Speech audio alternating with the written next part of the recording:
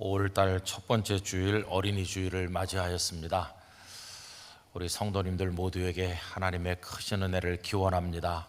예배당 안에 계신 분들이나 부속실에서 예배하시는 성도님들이나 또 오늘 우리 교회를 방문하신 분들이나 또 여기저기서 다양한 환경에서 영상으로 예배하는 분들에게 주님의 은혜가 함께 하시기를 축복합니다. 새 달이 시작이 되었는데 우리 성도님들의 손으로 하는 수고에 복을 주시고 자녀들과 가족들 모두가 강건하시고 한 달 동안에도 평안하시기를 간절히 원합니다. 주의 친절한 팔에 안기세 그랬는데 하나님의 품에 안기는 비결이 뭔지 아세요? 작아지는 겁니다. 작은 아기가 되면은 폭 안길 수 있어요. 그래서 이렇게 품에 안아주시는 아빠 엄마가 어린 아기를 안듯이 그렇게 하나님의 품에 안기는 축복을 얻기를 원합니다. 오늘은 여러분 좀 상상력을 동원하셔서 예수님께서 계시던 그때 예루살렘 성전 뜰로 다 같이 한번 가보면 좋겠습니다. 오늘의 표현을 빌린다면 그 예루살렘 성전에는 두 개의 교회가 존재하고 있었다고 말할 수 있습니다. 하나의 교회는 굉장히 역사와 전통이 오래된 대단한 교회입니다. 그들은 성전이라는 건물도 소유하고 있었습니다. 성전은 대헤롯이 유대인들의 환심을 사기 위해서 BC 19년에 공사를 시작을 했고 8년 만에 1차 공사를 끝냈고 그 이후에 그의 후손들을 통해서 계속해서 공사가 진행되어서 64년이 되었을 때 비로소 완공된 거의 80여 년 가까이 걸린 어마어마한 규모의 건물입니다. 예수님께서 그 성전에 드나드실 때는 한쪽에서 계속해서 공사가 진행 중에 있었던 대단한 대리석 건물입니다. 그들은 이 성전을 중심으로 해서 대제사장들과 또 여러 성전에 섬기는 사람들이 한 덩어리가 되어서 유대 사회를 움직였고 유대인들의 마음을 다스렸습니다. 일반인들은 감히 번접하기 어려운 권위를 가지고 있었고 보통 사람들은 정해진 뜰까지만 가서 예물을 드리고 오는 게 전부였습니다. 그리고 이 성전의 권력자들은 재리에도 밝았는데 거룩한 사명을 빙자해서 사업을 벌리기도 하였습니다. 먼 데서 오는 사람들은 소나 양과 염소나 비둘기를 가져올 수 없었기 때문에 성전에서 제물을 준비해서 팔기도 하였고 또 그런가 하면 1인당 반세겔을 내는 성전세를 낼 때 혹은 성전에서 제물을 살 때는 세겔이라고 하는 화폐를 사용했는데 다른 나라에서 오는 사람들은 다른 화폐를 사용했기 때문에 환전을 하지 않으면 안 되었습니다. 그래서 거기서 다른 나라 돈을 세겔로 바꿔주는 환전상들이 있었습니다. 이들은 짐승을 팔고 환전을 하는 방법을 통해서 엄청난 이득을 취했고 성전의 권력자들과 상인들의 호주머니로 그 막대한 돈이 흘러 들어갔습니다. 그들은 화려한 옷을 입고 마치 성전 건물이 영원할 것처럼 생각하면서 자신들의 권위도 그러할 것으로 생각을 하였습니다. 그들이 에봇을 입고 등장을 하면 백성들은 그 제사장들 앞에 무릎을 꿇고 엎드려 절을 올렸습니다. 그리고 돌로 지어진 그 웅장한 건물은 낮에는 하얗게 보였고 아침에 해 뜰 때나 저녁에 해가 질 때는 붉게 물들어서 그 아름다움을 사방에 떨치면서 사람들의 마음속에 경외심을 불러일으키기도 하였습니다. 이것이 첫 번째 교회의 모습이라고 말할 수 있습니다. 그런가 하면 예루살렘 성전에는 그와는 너무도 다른 또 하나의 교회가 존재했는데 그들은 가진 게 없었습니다. 건물도 없었고 화려한 에봇을 입은 그들의 지도자도 없었습니다. 그들의 면면을 보면 가난한 사람들, 병든 사람들, 그리고 몸에 장애를 가진 사람들, 그리고 철부지 아이들이 고작이었습니다. 이 사람들은 첫 번째 교회에 속한 이들에게 멸시를 당했고 성전에서 쫓겨나기가 일쑤였습니다. 예수님 당시 성전은 여러 단계를 걸쳐야 그 안에 들어갈 수 있도록 되어 있었는데 맨 바깥에가 이방인의 뜰입니다. 그 당시 이방인은 짐승이나 진배 없는 천대받던 사람들인데 그 이방인들이 아무리 대단한 신분을 가지고 있어도 그들은 거기까지밖에는 올 수 없었습니다. 예를 들면 사도행전에 나오는 에디오피아의 내시가 자기 나라에서는 상당한 자리에 있었겠지만 예루살렘 성전에 오면 기껏해야 이방인의 뜰에 와서 바라볼 뿐이었습니다. 그 이방인의 뜰에서 더 들어오면 이스라엘 여성들의 뜰이 있었습니다. 근데 또 여성들은 남성들보다 천대받던 시대였기 때문에 여성들은 거기까지만 올 수 있었고 그 안으로 더 들어가면 이스라엘 남자들의 뜰이 있었습니다. 그리고 그 남자들의 뜰에서 더 들어가면 제단이 설치되어 있고 하나님 앞에 제물을 바치는 성전 안뜰이 나오고 이제 그 뜰을 가로질러서 들어가면 이제 본 성전 건물이 나옵니다. 처음에 들어가는 곳은 성소인데 여기는 진설병 떡을 올리고 하나님 앞에 등불을 밝히고 분향하는 곳으로서 제사장들만 드나드는 곳이었습니다. 이 성소를 통과해서 두꺼운 휘장이 가려져 있는 그 안쪽은 가장 거룩한 곳, 지극히 거룩한 곳이라 해서 지성소라 불렸고 거기가 바로 하나님께서 임재하시는 자리라고 생각을 하였습니다. 이 지성소는 욤키푸르라고 부르는 대속죄일, 그들의 종교 달력으로 7월 10일에 대제사장이 딱 한 번 들어가는 곳이었습니다. 여러분, 그러니 저 바깥 뜰에서 바라봐야 되는 사람들은 얼마나 안타까웠을까요? 장애가 있는 사람들은 성전에 나올 수 없는 게 일반적이었습니다. 기껏해야 그들이 올 수 있는 곳은 이방인의 뜰까지였습니다. 사도행전 3장에 보시면 미문이라고 하는 아름다운 문이 등장하는데 그 미문은 골든 게이트로 지금 알려져 있는 곳이죠. 그 미문을 통과해야 여인들의 뜰로 들어갈 수 있는데 장애가 있는 사람들은 그 이방인의 뜰, 그 미문 입구까지만 허락이 됐기 때문에 사도행전 3장에 태어나면서부터 한 번도 걸어본 적이 없었던 안진뱅이 장애인은 기껏해야 거기까지만 올 수 있었기 때문에 거기서 오가는 사람들에게 구걸을 하게 되었던 것입니다. 그런데 베드로와 요한을 통해서 우리 주님께서는 그를 일으켜서 그 안으로 들어갈 수 있도록 해주신 것이죠. 아이들도 이방인의 뜰에서 떠들다가 쫓겨나는 일이 보통이었습니다. 여러분, 이렇게 보면 예루살렘 성전의 그 첫 번째 교회와 두 번째 교회, 너무도 상이하게 다른 두 개의 교회가 존재하고 있었다고 말할 수 있을 것입니다. 그런데 늘 천대받던 두 번째 교회 사람들이 크게 흥분하는 날이 찾아왔습니다. 그날은 아무도 돌보지 않는 그들을 사랑해 주시고 기꺼이 그들 곁에 머무시며 그들의 눈물을 닦아주시는 예수님께서 오셨기 때문입니다. 그날 예수님께서는 어린 나귀를 타시고 예루살렘 성에 입성하시는데 그 두 번째 교회에 속한 불쌍하고 연약한 사람들이 다 몰려 나와서 종려나무 가지를 꺾어서 흔들면서 어떤 이는 옷을 벗어서 길에다 깔면서 예수님을 열렬히 환영했습니다. 호산나 다윗의 자손으로 오시는 이여, 이러면서 예수님을 영접하였습니다. 예수님께서 그 뜰로 들어가실 때 그들도 다 따라 성전 뜰로 들어왔는데 아마도 거기가 이방인의 뜰이었을 것입니다. 그들은 춤추며 호산나를 부르며 열광하였습니다. 그런데 이 두 번째 교회에 속한 사람들은 그날 참으로 충격적인 장면을 보게 됩니다. 평소에 자애스러운 예수님의 모습이 아니라 분노하신 예수님을 그날 뵙게 되었습니다.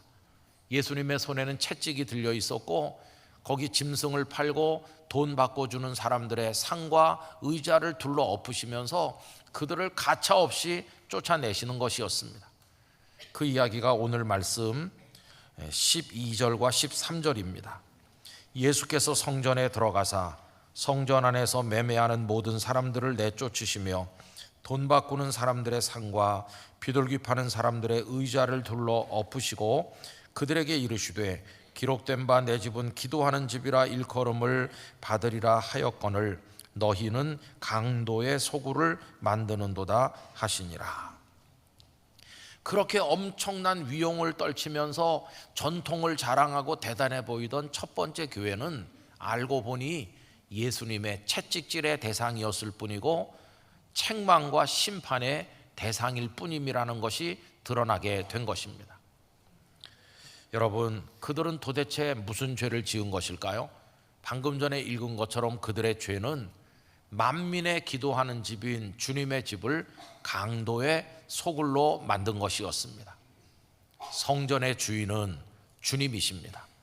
성전의 용도를 정하시는 분도 주님이십니다. 그런데 일찍이 주께서는 이 성전이 어떻게 쓰여져야 되는지를 정하신 바가 있습니다. 이사야 56장 7절을 읽으면 이렇습니다. 내가 곧 그들을 나의 성산으로 인도하여 기도하는 내 집에서 그들을 기쁘게 할 것이며 그들의 번제와 희생을 나의 제단에서 기꺼이 받게 되리니 이는 내 집은 만민이 기도하는 집이라 일컬음이 될 것임이라. 주께서는 성전의 용도를 두 가지로 정하셨습니다. 하나는 기도하는 집이 될 것이고 하나님께서 기도하는 자에게 은혜를 베푸실 것이다. 그게 하나입니다. 두 번째는 하나님의 은혜를 입은 그들이 하나님께 제사를 드리고 영광을 돌리는 거, 그래서 하나님을 기쁘시게 하는 거, 그게 두 번째입니다. 그런데 이들의 조상들은 하나님의 집을 강도의 소굴로 만들었습니다. 일찍이 예레미야 선지자가 그들을 책망하신 바가 있는데요. 예레미야 7장 11절 내 이름으로 일컬음을 받는 이 집이 너희 눈에는 도둑의 소굴로 보이느냐? 보라, 나 곧 내가 그것을 보았노라. 여호와의 말씀이니라. 도둑의 소굴로 바꾼 그 현실을 하나님은 똑똑히 보고 계셨다는 겁니다. 그런데 수백 년이 흘렀건만 예수님 당시에 그들의 후손도 똑같이 성전을 강도의 소굴로 만들고 있기는 매일반이었다 하는 것입니다. 주께서는 그들을 가차없이 내려치셨습니다. 짐승을 파는 사람들, 돈 바꿔주는 사람들의 의자와 상을 다 둘러 엎으시고 쫓아내시는 이 예수님의 행위에 대해서 종교개혁자 칼빈은 그 의미를 두 가지로 설명했습니다. 첫째는 무서운 책망이요 심판이다. 여러분, 그들의 죄는 기도하는 집을 강도의 소굴로 바꾼 것인데 주님은 그 죄에 대해서 아주 준엄한 책망을 하셨다는 겁니다. 우리들은 평소에 예수님께서 사랑이 많으신 분이라고 생각하고 지냅니다마는 우리가 잊지 말아야 될 것은 예수님은 사랑이 많은 분임에 틀림없지만 회개하지 않는 죄인에 대해서는 가차없이 심판하시는 분이라는 사실 또한 잊어서는 안 될 것입니다. 두 번째로 칼빈은 예수님께서 그렇게 하신 것은 성전 폐지를 선언하신 것이라고 설명했습니다. 마가복음 11장 15절 16절에 오늘의 사건이 기록되어 있는데 거기 조금 다른 부분이 첨가되어 있습니다. 그들이 예루살렘에 들어가니라. 예수께서 성전에 들어가사 성전 안에서 매매하는 자들을 내쫓으시며 돈 바꾸는 자들의 상과 비둘기 파는 자들의 의자를 둘러 엎으시며, 여기까지는 오늘 본문과 같은데 16절에 다음과 같은 내용이 나오죠. 아무나 물건을 가지고 성전 안으로 지나다님을 허락하지 아니하시고. 여러분, 여기 스큐오스라고 하는 단어가 등장하는데 우리 성경에서는 물건이라고 번역됐습니다. 이 물건은 주로 뭘 말하느냐 하면은 그릇을 지칭하는 것인데요. 특별히 하나님 앞에 제사를 드리기 위해서는 다양한 종류의 이 그릇, 용기가 필요한데 이 그릇들을 가지고 다니시는 걸 허락하지 않으셨다는 겁니다. 제사를 드리려면 다양한 그릇들이 필요합니다. 그런데 더 이상 그릇들을 가지고 다니지 말라는 건 무슨 뜻입니까? 이제부터는 제사를 드리지 말라는 겁니다. 제사를 드리지 않는 성전이 무슨 의미가 있습니까? 그러니까 성전 문을 닫으라, 성전 폐지를 선언하셨다는 겁니다. 이렇게 명확하게 설명하는 분 가운데는 연세대학교 명예교수이신 서중석 목사님도 계시죠. 그분은 칼빈과 똑같이 이 사건은 성전을 청결하게 바꾸신 다음에 계속해서 제사를 드려라, 이게 아니고 아예 성전의 수명이 끝났음을 선언하신 사건이라고 설명하였습니다. 여러분, 그렇게 오랫동안 중요하게 여겨졌던 성전을 폐지하시는 이유가 뭘까요? 그것은 다른 게 아니라 이제는 성전이 없이 새롭게 구원받는 길이 예수 그리스도 안에서 열렸기 때문인 것입니다. 예수님께서는 당신을 가리켜 성전이라고 말씀하셨고, 이제는 성전 뜰에서 제사를 드림으로 구원을 받는 게 아니라 예수님께서 이 땅의 모든 우리들의 죄를 짊어지시고 하나님의 어린 양이 되셔서 십자가라는 제단 위에서 반복이 필요 없는 단 한 번의 속죄 제사로 우리 모든 죄를 해결하셨기 때문에 이제는 또 다른 제사가 필요 없게 되었다는 것입니다. 그 어떤 죄인일지라도 주님의 십자가 보혈 앞에 나오면 그 보혈의 공로로 용서받고 구원받을 수 있기 때문에 이제는 성전이 필요 없게 된 것을 말씀하는 것이라 하는 것입니다. 그래서 예수님은 성전 폐지를 선언하셨다는 거죠. 어쨌든 주님의 분노, 그리고 주님의 꾸지람, 주님의 준엄한 채찍질이 있는 바로 그때, 첫 번째 교회가 그렇게 되고 있을 때 두 번째 교회는 어떤 일이 있었을까요? 여러분이 소자들, 보잘것없는 사람들이 모인 두 번째 교회에는 큰 은혜가 임하였습니다. 오늘 본문 14절 말씀을 보십시오. 맹인과 저는 자들이 성전에서 예수께 나오매 고쳐주시니, 할렐루야. 그들에게는 은혜가 임하였습니다. 맹인이 눈을 뜨는 은혜, 저는 자가 걷고 뛰게 되는 은혜가 그들에게는 임하였습니다. 한쪽에는 심판이 임할 때 한쪽에는 은혜가 임한 것입니다. 여러분, 이 은혜가 우리 교회 성도들에게도 임하시기를 축복합니다. 그날 맹인이 눈을 뜨면서 가장 먼저 바라본 것이 무엇이었을까요?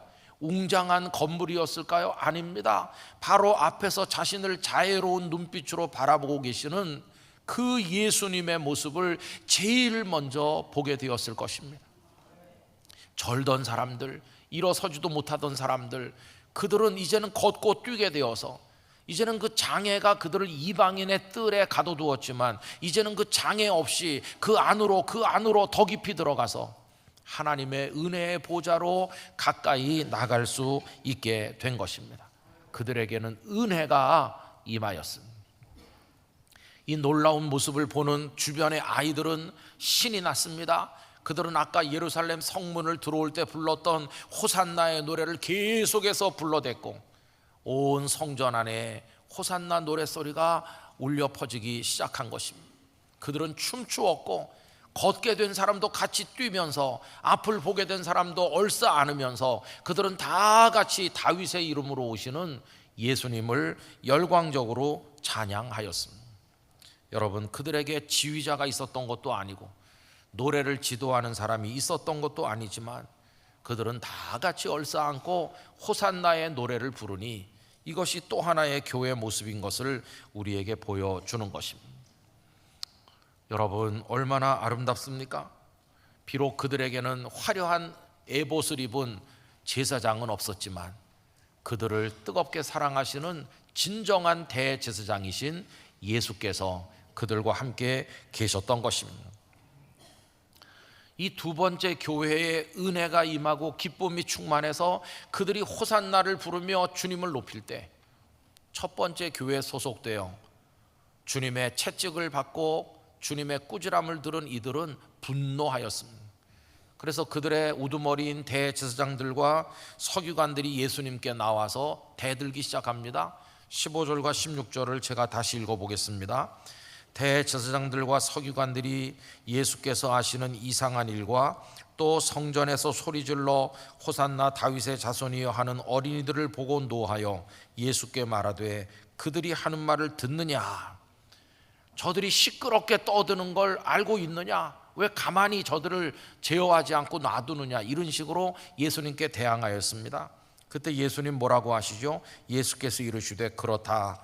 어린 아기와 젖먹이들의 입에서 나오는 찬미를 온전하게 하셨나이다 함을 너희가 읽어본 일이 없느냐 하시고, 너희들이 멸시하고 우습게 생각하는 이 어린아이들, 그리고 이 사회적인 약자들, 이 소자들, 너희들의 눈에는 멸시 대상으로 보이는 이들이 찬양을 올리는데 그들의 찬양을 온전하게 하신다는 말씀을 읽어본 적이 없느냐.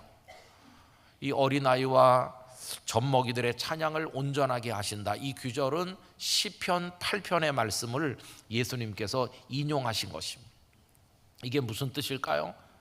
비록 그 성전에 있는 아주 귀중한 가운을 입고 잘 훈련받은 레위인들로 구성된 그 찬양대에는 미치지 못하지만, 이 어린아이들의 노래는 부족함이 많지만 하나님께서는 오히려 이 어린아이들의 찬양을 온전하게 하셔서 영광을 받으셨다는 말씀인 것이었습니다. 여러분, 이게 바로 두 번째 교회의 이야기인 것입니다. 그때 예루살렘 성전에는 두 교회가 존재했었다 하는 사실을 우리가 알게 됩니다.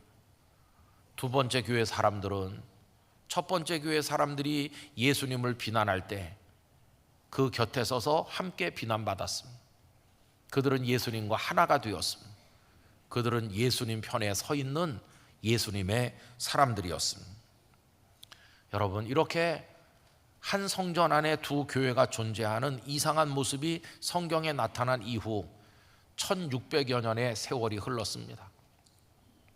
독일 프랑크푸르트에 슈페너라는 목사님께서 목회를 하고 계셨는데 1670년부터 이상한 일이 벌어지기 시작했습니다.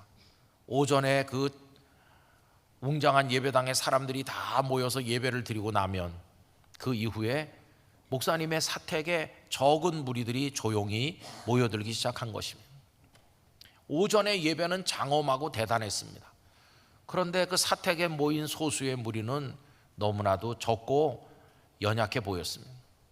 그러나 그들은 모여서 오전에 들었던 설교 말씀을 중심으로 자신들이 받았던 은혜를 나누면서 간증하였고 눈물로 기도하면서 그 말씀을 따라 살기로 결단하곤 하였습니다.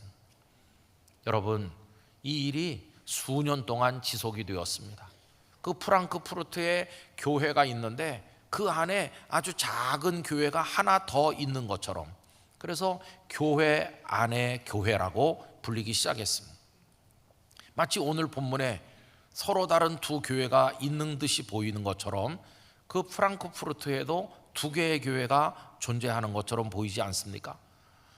목사님과 함께 모인 그 소수의 성도들은 눈물로 기도했습니다. 당시 독일의 국가교회가 겉으로는 웅장하지만 얼마나 형식화되고 생명력을 잃어버리고 화석화되었는지, 그들 속에 하나님의 말씀이 나타나지 않고 다 죽어 있는지, 얼마나 교만한지 눈앞에 있는 현실 교회를 두고 탄식하면서 하나님 앞에 기도했습니다. 그들의 소원은 하나님이 받으시는 온전한 예배를 드리는 것이었고, 말씀의 뜻을 제대로 깨달아서 말씀 따라 사는 것, 바로 그것이었고, 주께서 받으실 만한 믿음의 기도를 올리는 진정한 그리스도인이 되는 것, 그게 그들의 소원이었습니다. 그런 일이 시작되고 나서 5년이 지나 1675년이 되었을 때 이 필립 야곱 슈페너 목사님의 이름으로 책 하나가 출판되었는데 피아 데시데리아라는 이름의 책입니다. 우리말로는 경건한 열망이라는 제목으로 번역이 되어 있고, 거기 모였던 사람들이 가졌던 신앙이 어떤 신앙이었으며 그들의 기도가 무엇이며 그들의 소원이 무엇인지를 잘 보여주고 있습니다. 역사는 그 소수의 사람들이 가졌던 그 거룩한 열망을 가리켜서 경건주의라고 부르고, 이 슈페너 목사님은 경건주의의 아버지라고 불리고 있습니다. 네덜란드에서도 독일에서도 이런 움직임들이 확산되기 시작을 해서 이 거룩한 물결이 엄청난 역사를 이루게 되었는데, 몇 가지만 말씀드리면 독일에서는 진젠도르프 백작의 헤르누트 그 영지에 모여든 사람들을 중심으로 이 경건주의적 신앙이 그들 심령을 사로잡게 되었고, 거기 모여든 사람들을 교회사는 모라비안 교도라 부르는데, 이 모라비안 교도들은 세계 선교의 초석이 되었습니다. 이 물결이 영국으로 넘어가서 웨슬리 형제를 변화시키고 그들이 감리교 운동의 창시자가 되게 하였습니다. 요한 웨슬리 목사님은 이 진젠도르프 백작의 공동체에 와서 6달이나 훈련을 받기도 했습니다. 그리고 이 귀한 물결은 대서양을 건너서 신대륙에 건너갔고, 그 아메리카 대륙에서 제1차 대각성 운동, 제2차 대각성 운동이라고 하는 엄청난 영적 부흥을 가져오게 만들었습니다.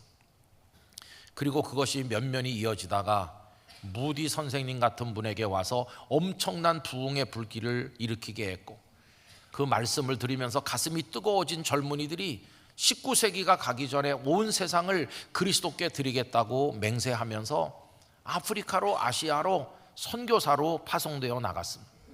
그들 중에 몇 사람이 태평양을 건너 이 땅에도 도착을 하므로 이 땅에도 하나님의 교회가 시작된 것입니다. 그들 중엔 언더우드 목사님도 있고 아펜셀러 같은 위대한 선교사도 들어 있습니다. 여러분, 이게 오늘날도 존재하는 두 번째 교회의 이야기라고 말할 수 있는 것이죠. 놀랍게도 오늘 본문은 두 번째 교회의 주역 중에 아이들이 있었다고 이야기합니다. 대제사장들이 예수님을 미워할 때 이 아이들은 예수님을 사랑하였습니다. 대제사장들은 노래하지 않았지만 아이들은 호산나 노래를 불렀습니다. 누가 예수님의 사람일까요? 그들은 그 두 번째 교회에 없어서는 안 될 사람들이었기에 오늘 저는 설교 제목을 위대한 아이들이라고 정하게 된 것입니다. 뿐만 아니라 나이는 성인이 되었지만 앞을 보지 못하다 눈을 뜬 그들, 걷지 못하다 걷게 된 그들, 그리고 거기 모여들었던 많은 사람들이 함께 하나님을 찬양했는데 그들은 영적으로 하나님의 어린 아이들이라고 이야기할 수 있을 것입니다. 그런 의미에서 두 번째 교회는 다 아이들로 이루어진 나라라고 말할 수 있을 것입니다.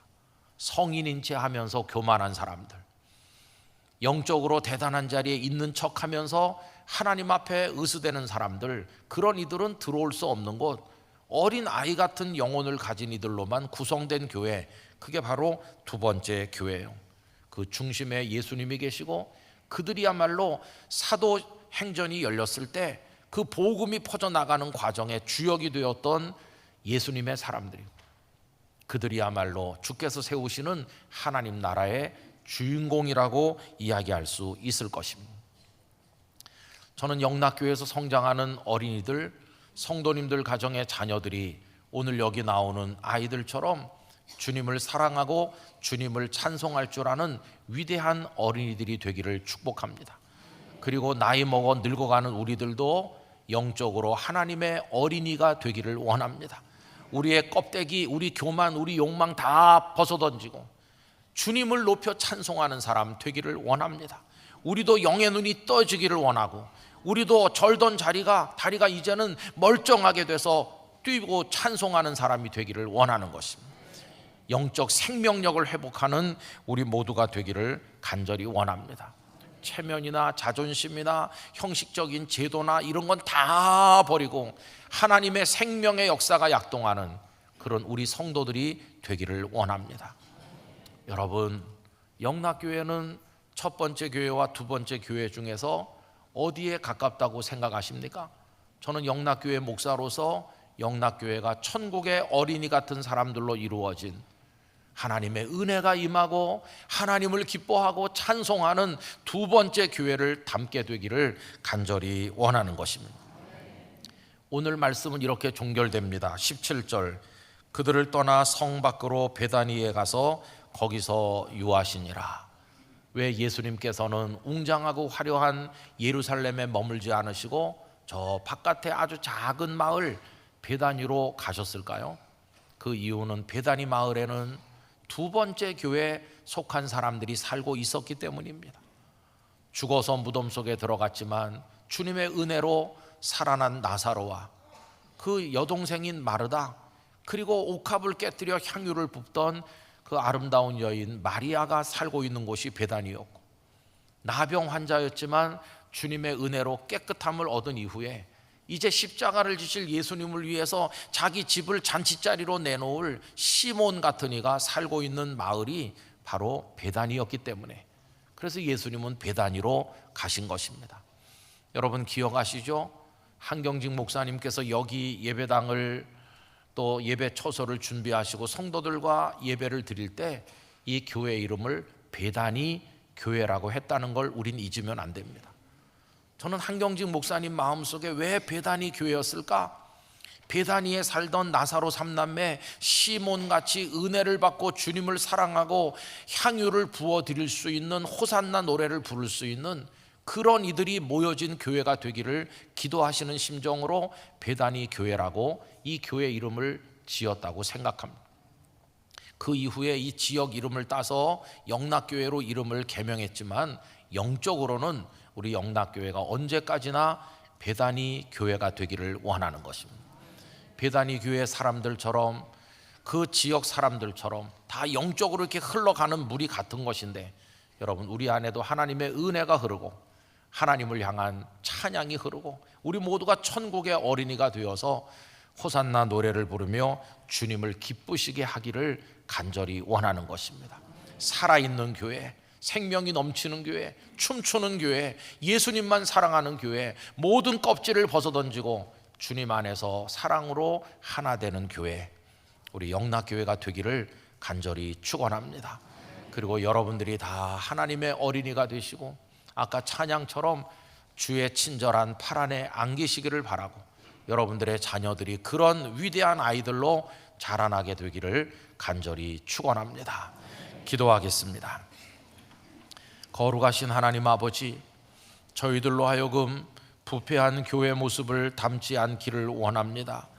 오늘날 한국교회가 어려워진 것은 그 첫 번째 교회를 따라갔기 때문이라고 반성하며, 이제 원하옵건대 주의 은혜가 있고 생명의 능력이 있고 기쁨이 넘쳐서 호산나 노래를 부르며 춤추며 주님을 높이는 교회가 되기를 원합니다. 주여, 저희들이 하늘나라의 어린이같이 되게 하시며 우리 자녀들도 위대한 아이들로 자라나게 하여 주시옵소서. 영락교회를 축복하여 주시옵소서. 예수님의 이름으로 기도 올리옵나이다. 아멘.